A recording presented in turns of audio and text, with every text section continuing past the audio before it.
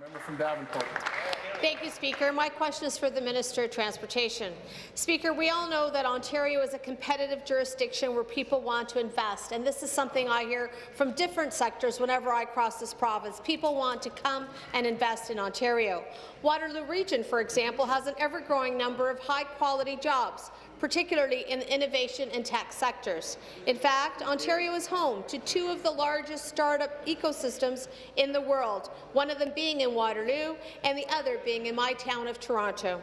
But in order to maintain our competitive edge, we need to make sure that we have a world-class transportation network that connects commuters to these opportunities.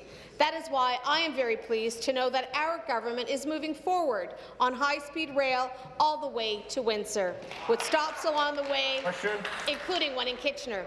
Speaker, would the minister please provide more information on what exactly our government has done to date to make high-speed rail a reality here in Ontario? Minister of Transportation.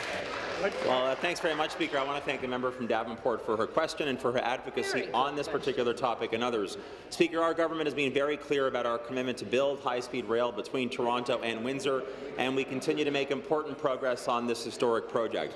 In May, I was very pleased to join the Premier to announce an initial $15 million investment for a comprehensive environmental assessment. And just yesterday, Speaker, the Premier announced the next important step, which is the establishment of a high-speed rail planning advisory board that will provide strategic support for this important project. A project of this size, Speaker, the first of its kind in Canadian history, cannot be taken lightly. And that's why we need the skills and expertise of a dedicated board with members from the innovation, planning and infrastructure sectors, just to name a few.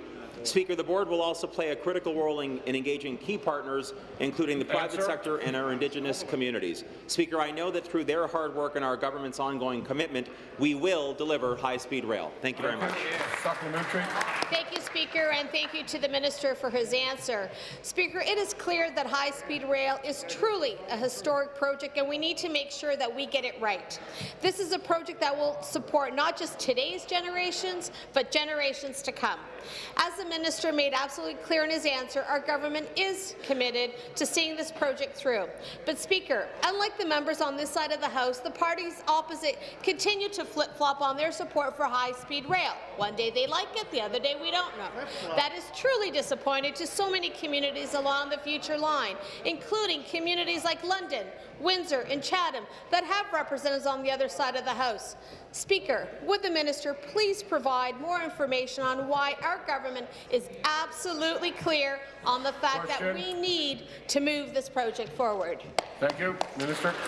Well, thanks very much, Speaker. Again, I want to thank the member from Davenport for her follow-up question. Speaker, I also want to take a moment to thank the members in our caucus from communities like Guelph and Kitchener and Cambridge and from London for their staunch advocacy for this particular project. Speaker, on a regular basis, these members join with the Premier, myself, and our entire team to make sure that we actually get shovels in the ground and build high-speed rail. Speaker, we know from an economic development standpoint, from a transportation standpoint, Speaker, it's absolutely essential that we get this job done. And I can say once again very clearly on behalf of the Premier and our government, we are steadfast. We will make this happen, Speaker. We understand the critical importance of making sure that we do get it right, that we do get those shovels in the ground. We're going to work with our advisory board to make sure that we get it done the right way, Speaker, in a way that makes the most sense for the communities that we're proud to represent. And again, to my caucus colleagues, I want to say keep pushing, keep prodding. Together, this government, this Premier will make this happen. Thanks very much.